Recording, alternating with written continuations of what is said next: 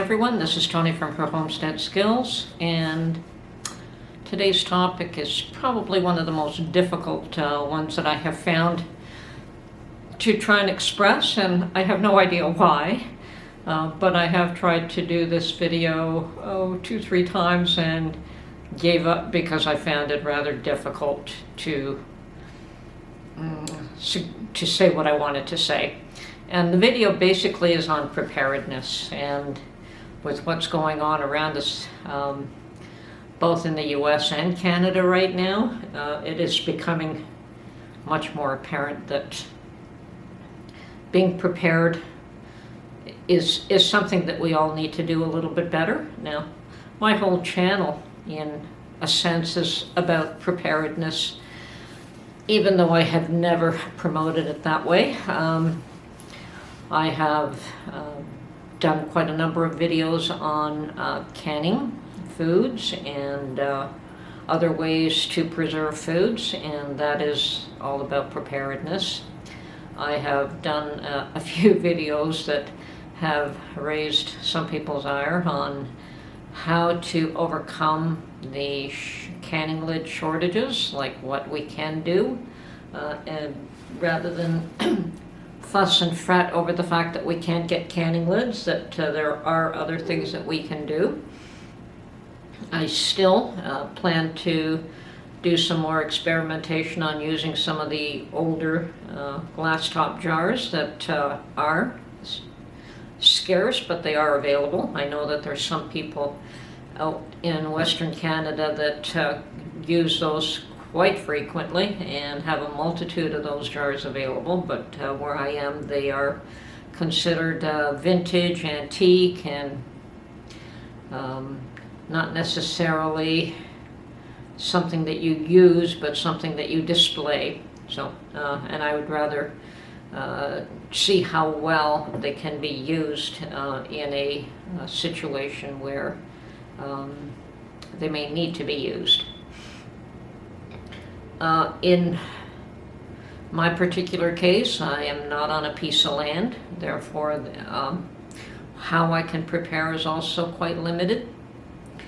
If I was on a piece of land, there's no doubt in my mind that I would be probably keeping chickens and maybe 1 or 2 other animals, don't know.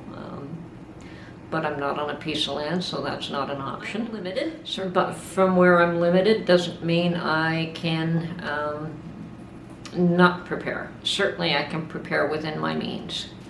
And even for those of you that are new to canning or don't want to can, you can certainly buy store prepared products, and also keep a supply of that on hand, whether it's a 3-month supply, a year supply, 5-year supply is really up to you. I tend to be a seasonal canner and preserver, and most of my items, if they're older than 2 years, I either don't can that product again, or I can much less of it in years later, because I don't like to keep things for 5 years, unless of course they're dried foods. During the situation last year, when everyone was running around panicking over lack of toilet paper, I'll admit that I did get a bit nervous, and just seeing people panic.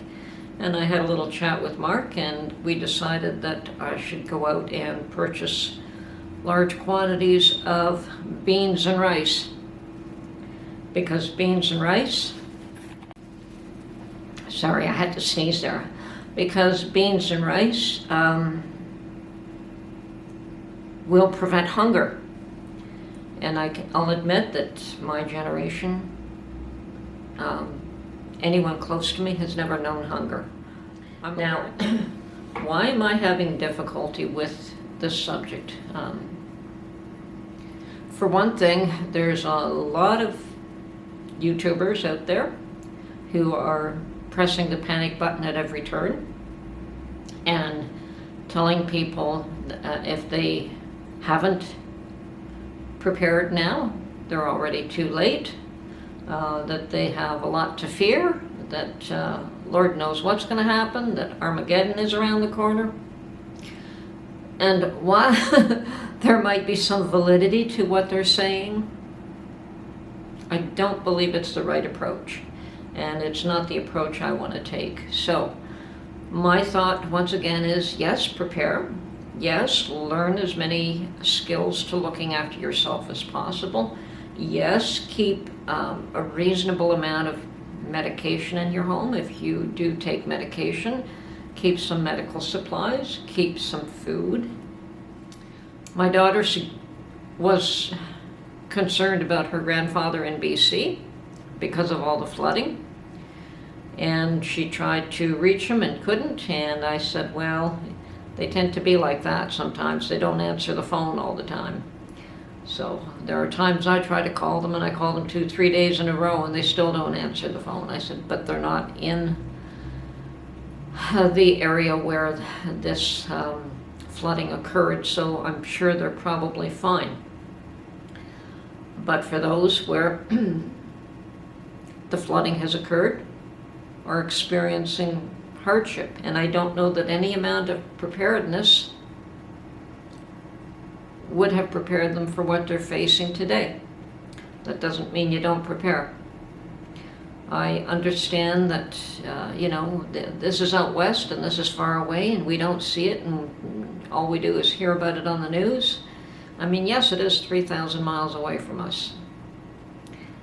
But last year, or the year before, it was the Alberta fires. Once again, the other side of the country. This year it's BC floods. Who's to say that it won't happen again here? And we did have flooding in Ontario a few years back.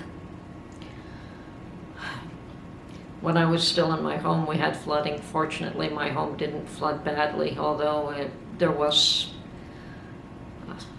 some flooding in the basement, but it was minimal. There was no real damage, so I was one of the lucky ones. There were some people that were flooded right to their main floor was completely flooded. So yes, it's happened here as well, and perhaps that's why canning is always a very good thing. Those jars are sealed and they're sealed tight. So anyway. So at a minimum, what should we stock up on? Well, it really does depend on your own diet. But from my perspective, I would say that definitely the rice, the beans, the pasta, the oatmeal are absolutely basic, and you should have a fairly substantial quantity of all of those in-house. I recommend getting salt and sugar and all those basic things. Another one of the folks that commented on one of my YouTube videos regarding the cast iron is that she collects cast iron now in case she cannot cook in-house. She can cook with cast iron on an open fire, and definitely true, and I can say at this point that I've got enough cast iron to do the same thing. I don't really expect that to happen, but one can never know what's going to happen. On the other hand, I'm not in a position where I can't depend on the stores. I do need the stores. I do need the stock that they have. And the thought that their shelves are empty, well, they're not empty here yet, fortunately. But even what has happened even the flooding in the BC coast will affect us here in Ontario. Okay, so how many of you are not on a piece of land and can't keep animals and are not into canning your own foods or